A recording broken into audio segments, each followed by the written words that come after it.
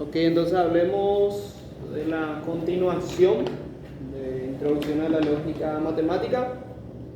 La última clase estuvimos hablando sobre las proposiciones, pero que eran largas, ¿verdad? ¿Sí? Y cómo eso sacar, o sea, la deducción de proposiciones en realidad, ¿sí? Deducción de proposiciones. Estuvimos haciendo ejercicios. Hoy vamos a hablar sobre los paréntesis en proposiciones, en cierto modo, de forma general. Dice, en el primer capítulo se aprendió que los paréntesis hacen el mismo papel en lógica que ciertos símbolos de puntuación. Y ciertas palabras hacen en nuestro lenguaje cotidiano. Los paréntesis se indican el agrupamiento de proposiciones moleculares, en las que distintas agrupaciones pueden dar lugar a distintos significados. Por ejemplo, una proposición simbolizada en la forma A y B o C, ¿verdad? No tiene el mismo significado que una proposición simbolizada en la forma A y B o C. O sea, esto nosotros ya habíamos hablado, de hecho, en el anterior capítulo, ¿verdad? En el segundo agrupamiento se está cierto de que se presenta A, y se está cierto también que o B o C se presenta. En el primer agrupamiento no se está cierto de ninguna de las proposiciones, solo se sabe que o A y B o C se presentan. Al deducir conclusiones de conjunto de premisas es esencial el uso correcto de los paréntesis, pues de otra forma no se puede estar seguro de la aplicación de las reglas. Por ejemplo, la proposición A y Q o R sin paréntesis que indiquen el agrupamiento, no se puede decir cuál es el término de enlace dominante, ni se puede decir si la proposición es una conjunción o una disyunción. Claro, el paréntesis nos ayuda a poder encontrar el término de enlace principal. En este caso, ¿cuál es el término de enlace principal acá? O. ¿Y en este? La I, ¿verdad? Entonces, para eso nos ayuda. Sin embargo, si no tiene paréntesis, yo no puedo definir si es la I o la O acá, en este caso, el término de enlace predominante, ¿verdad? No se puede saber, pues, si se puede utilizar la ley de simplificación o quizás el modo Toledo ponens. Se puede, dice, indicar el término de enlace dominante utilizando paréntesis. Si la proposición está agrupada de esta forma, P y Q o R, ¿verdad? ¿Qué estoy hablando? De una disyunción, ¿verdad? Como término de enlace medio. Y el término de enlace dominante es O. En la disyunción, cuyo primer miembro es una proposición molecular. ¿Por qué? Porque hay un término de enlace y entre estas proposiciones atómicas está una conjunción. Y cuyo segundo miembro es una proposición atómica.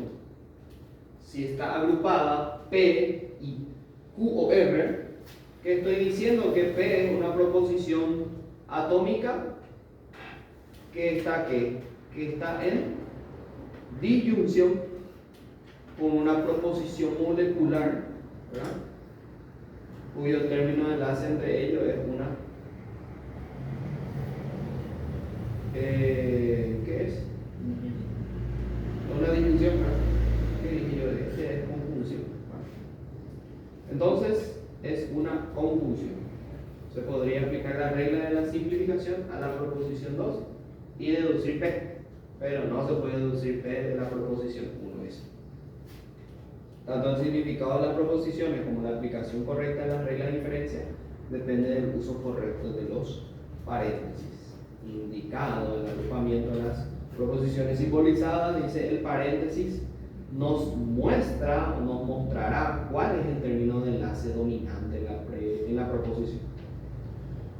Se recordará que el término de enlace condicional es más fuerte que los de conjunción, disyunción o negación. ¿Cuál era la condicional? Sí, entonces, ¿verdad? Sí.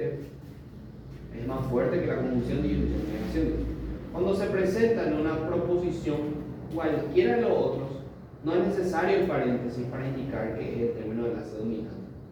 Como O e I son igualmente fuertes, se necesita paréntesis para indicar cuál es el dominante. O sea, quiere decir que si hay el sí entonces, ¿verdad? O, bueno, sí entonces, no es necesario poner el paréntesis que dice. Porque ya sabemos que este es el término de enlace dominante, ¿verdad? Pero si hay I y O, o una negación, ahí sí es necesario poner el paréntesis. Esto es lo que te dice acá, ¿verdad? Ambos I y O son más fuertes que no, de manera que no se aplica solo a la preposición más corta delante de la que está colocada, salvo que un paréntesis indique que se aplica una preposición molecular más larga, como ocurre en las proposiciones siguientes. Fíjate, acá dice que no ocurre que si P entonces Q, y acá dice no ocurre que P o Q. ¿Verdad? Tiene la proposición no Q y R distinto significado que la proposición no Q y R. ¿Sí o no? Sí, ¿verdad? O sea, yo estoy diciendo que, ¿qué estoy diciendo acá? Que no ocurre Q y ocurre R, ¿verdad? ¿Y acá qué estoy diciendo? Que no ocurre que Q y R sean ciertos, ¿verdad? Entonces, esta sería, vamos a decirle, la diferencia. Supóngase que una proposición ha sido simbolizada en la forma no Q y R. Paréntesis. ¿Tiene esta proposición el mismo significado que alguna de las del ejercicio A? Sí, ¿verdad? Con este, ¿verdad? ¿Sí? Tiene el mismo significado. Se supone que se ha dado como ¿qué? Se ha dado como primera premisa la proposición P, entonces Q o R. La segunda premisa es la proposición no Q o R. Se puede deducir una conclusión de estas premisas. Se puede cambiar de sitio el paréntesis a la segunda premisa y deducir una conclusión. ¿Creen ustedes? ¿Cómo? Sí, por el otro. La primera premisa P, entonces Q o R. Esta es una premisa. Y la segunda me dice que no ocurre Q o R, ¿verdad? Entonces, mi conclusión sería no ocurre P, ¿verdad? Por el doctor, el V2. O sea que sí tiene una conclusión. En cada una de las proposiciones siguientes indicar cuál es el término de enlace dominante y qué clase de proposición es. De conjunción, disyunción, negación o condicional. Sencillo es todo eso. Puede completar, dice, la simbolización de las proposiciones siguientes añadiendo paréntesis donde sea necesario, de manera que la proposición simbolizada corresponda al nombre que se le ha dado a esa. Entonces, hay que ponerle, en este caso no es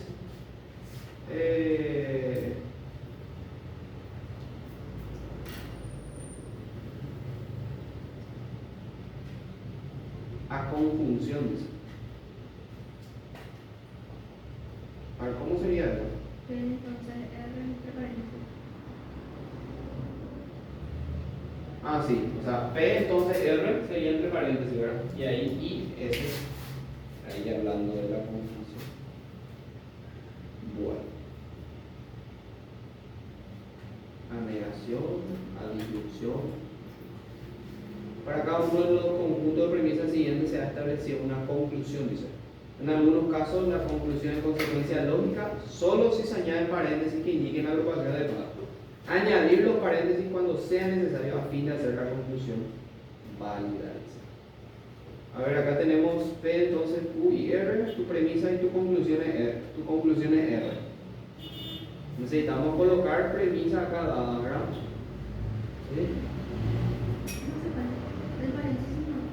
En P entonces P entonces. Y ahí va a ser una construcción de una simplificación. ¿Por qué? ¿Por qué regla de inferencia? El primero, por simplificación. Por simplificación, ¿verdad? Sí. A ver, si yo le agrega esto, o esto ocurre o esto ocurre. En este caso esto ocurre y ocurre por simplificación entonces.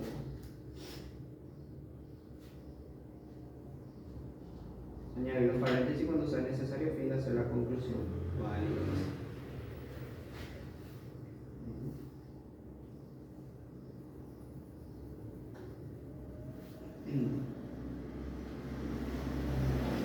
A ver, donde tendríamos que añadir. Después la negación. La segunda premisa. Acá, ¿verdad? Sí. Entonces yo digo, no ocurre Q y R, ahí sí digo que ocurre, no reporto leyendo los botones, ¿verdad? Bien. Entonces, tienen estos ejercicios para hacer. Una vez hecho, ya vamos a continuar con las otras reglas de inferencia, donde hablamos ya de la ley de la adición. ¿Sí? La ley de adición. Mi hermana, hermanita, ahora. Si me avisan cuando copio, porque esto va a ser un poquito rápido, creo yo.